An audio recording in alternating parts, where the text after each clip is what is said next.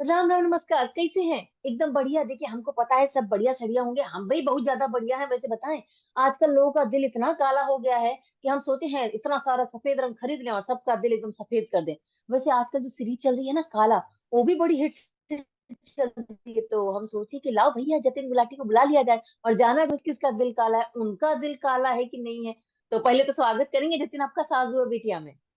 Thank you Meenu मौसी, thank you. कैसे हैं आप?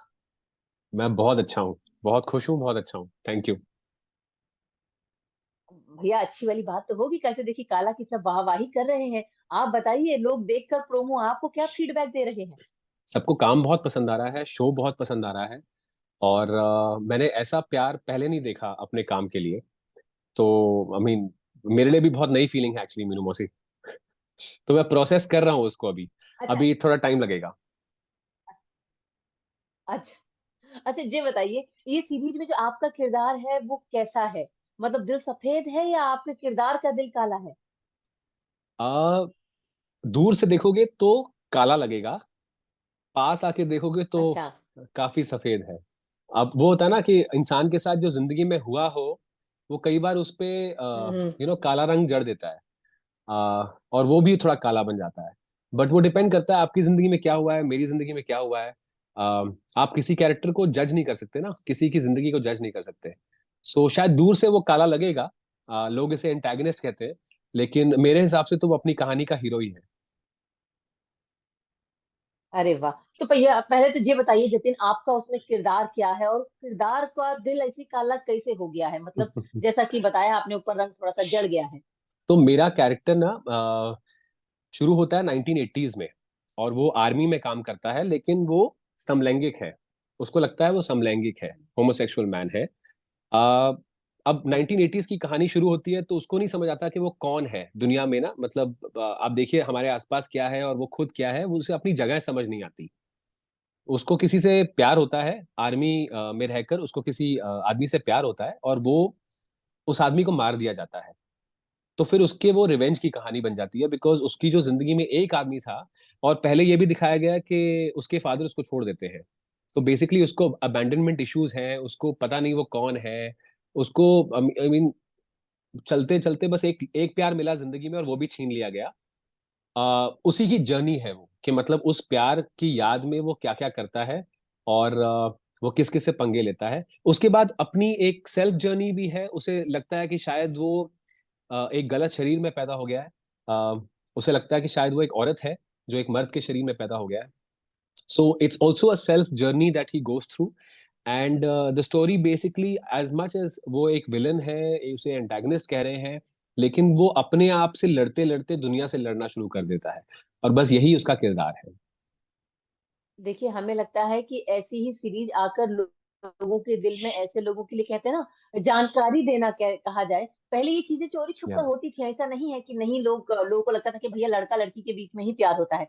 प्यार ऐसी जी, चीज है, किसी से भी किसी के लिए भी हो सकता है। तो हमें बिल्कुल लगता है बिल्कुल आज मीनू का जो मौसी। दौर है ना, तो वो खुलकर प्यार आ से, गया है और दर्शकों को पता हाँ। चले। और प्यार से वैसे भी क्यों किसी को प्रॉब्लम होनी चाहिए ना, हेट से होनी चाहिए प्रॉब्लम तो।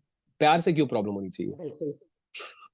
बिल्कुल सही कही। अच्छा, ये किरदार एकदम अलग था, हटकर था।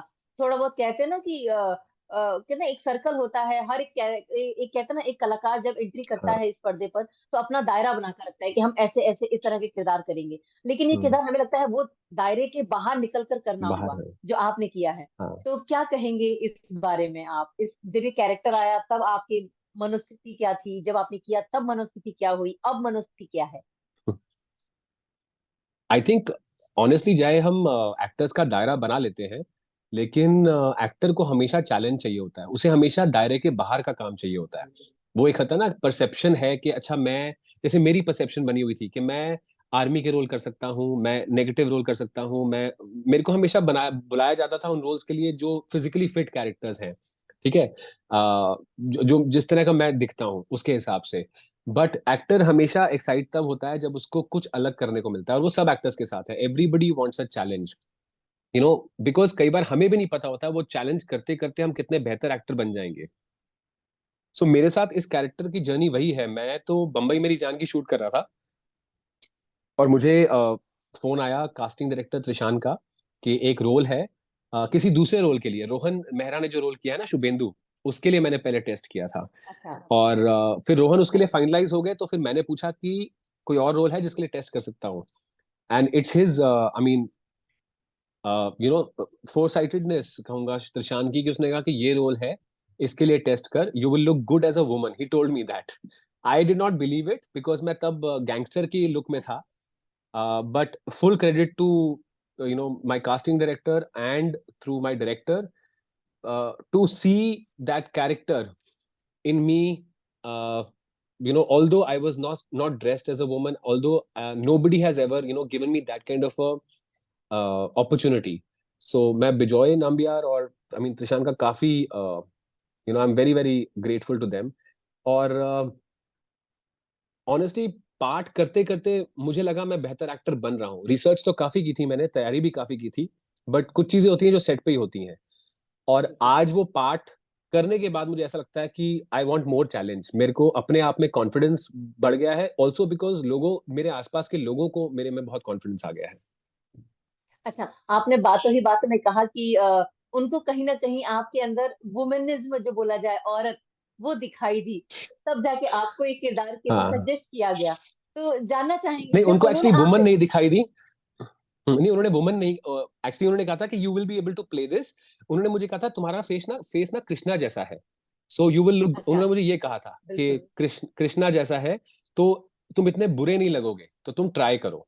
मुझे ये लाइन याद है, तो मैं तो सोच में पड़ गया था कि मतलब 2 दिन है मेरे पास प्रेपरेशन के लिए, तो मैं कैसे मतलब करूंगा। But I mean thankfully I took that challenge, thankfully they allowed me to take that challenge, and thankfully Bijoy saw something that I'm so grateful. This is one of the, I think this is one of the best roles I will in my career. It's like a jewel in my career as an actor.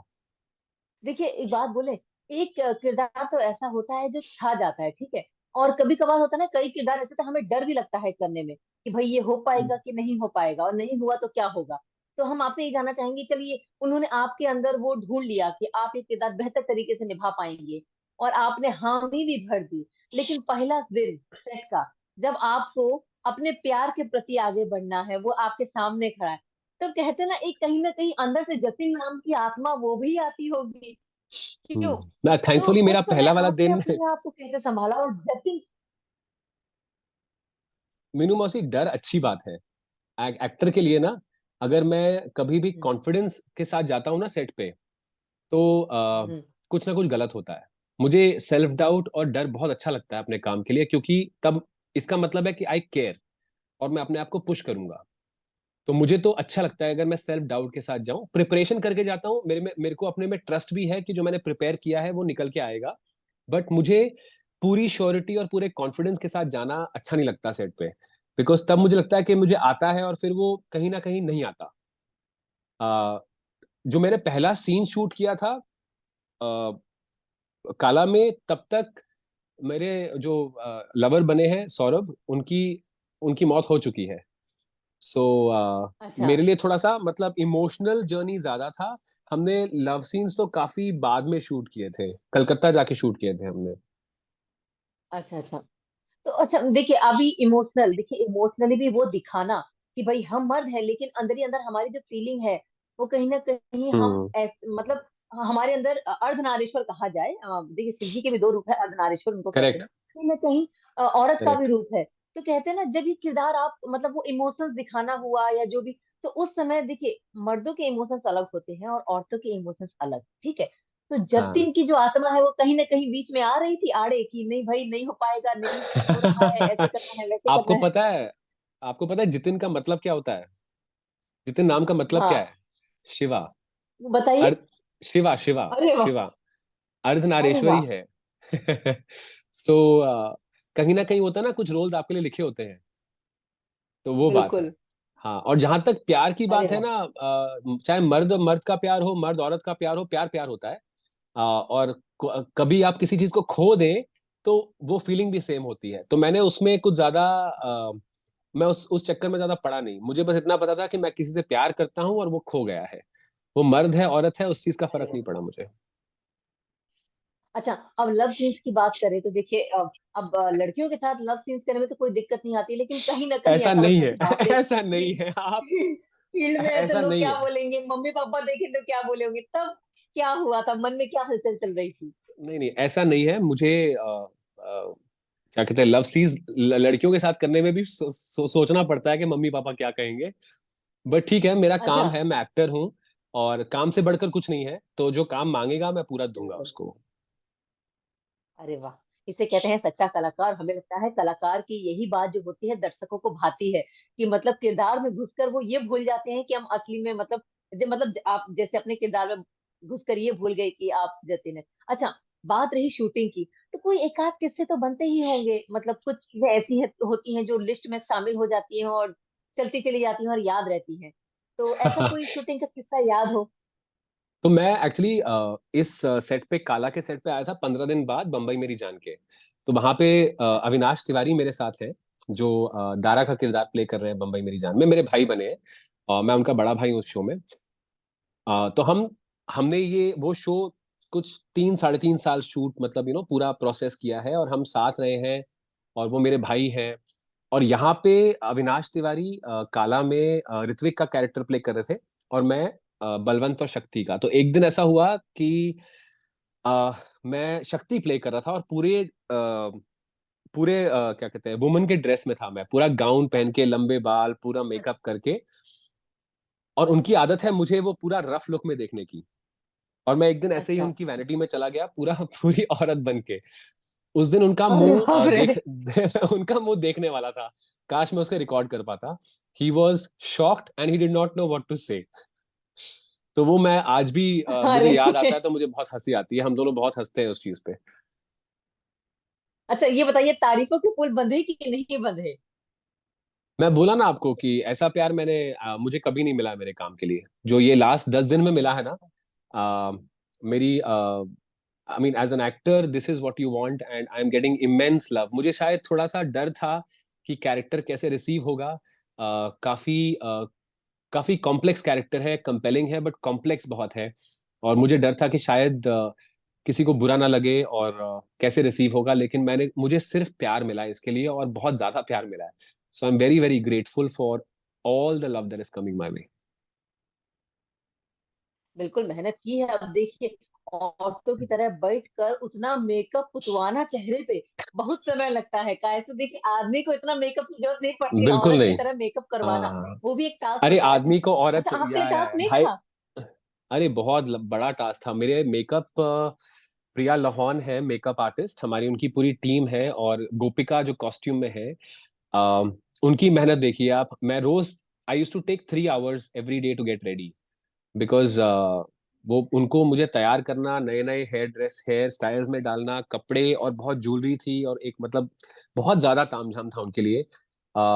मेरा किरदार जो मतलब सामने आया है, उसका मैं आधा श्रेय उन्हीं को दूंगा, because they really work very hard on the look.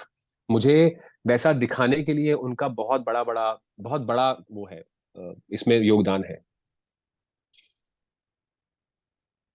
एक बात बोले, लेकिन जितिन आपसे जानना चाहेंगे, चलिए जितिन के दिल की बात जानना चाहेंगे। जब आपका पूरा साज श्रृंगार हुआ, आपने अपने आप को आईने में देखा, तो पहले शब्द आपके नहीं दिल से आपके लिए क्या निकले? नहीं नहीं, मैं नहीं देख पा रहा था अपने आप को आईने में। बहुत वो क्या होता है ना, रियलिटी कुछ और होती है, और कैमरे पे मैं कुछ और होता हूँ।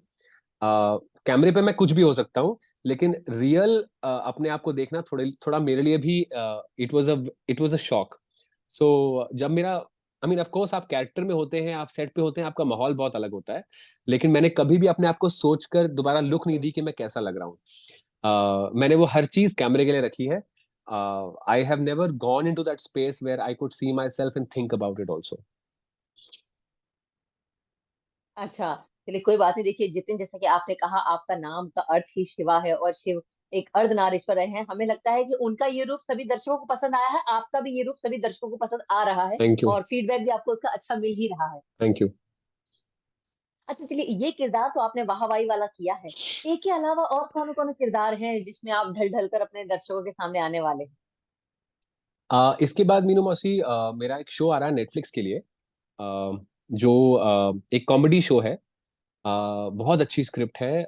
बना रहे हैं, प्रोड्यूस कर रहे हैं राम संपत जी और पुनीत कृष्णा जी।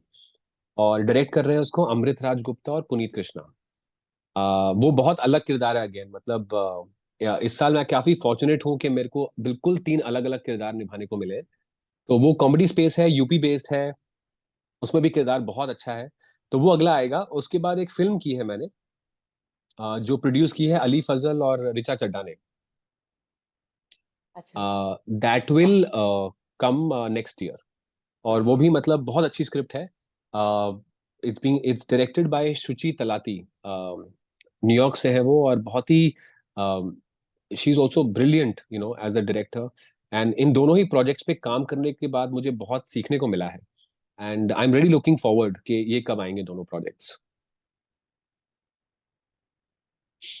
अरे देखिए, हम मतलब आप तो मतलब कहते हैं ना, लक आपका बहुत अच्छा है, ये जो 2023 में आपको अलग अलग किरदार करने को मिल रहे हैं। और देखिए, हर कलाकार इसी चीज का भूखा रहता है कि अलग अलग किरदार मिले, ताकि हम अपना एक्सपेरिमेंट करें और दर्शकों को बता सकें कि हम सब तरह के रोल कर सकते हैं। जाने से पहले हम एक ही चीज कहेंगे कि भाई, सास और बेटे का यूट्यूब चैनल है ना, उसको सब्सक्राइब कर दीजिए। ऐसे मीनू मौसी तो रोज आती हैं और खबरें सास और बेटियां बराबर आपको देती हैं। तो अभी चलते हैं, बहुत सारा काम पड़ा है, कल फिर मुलाकात करेंगे। Bye bye, Tata.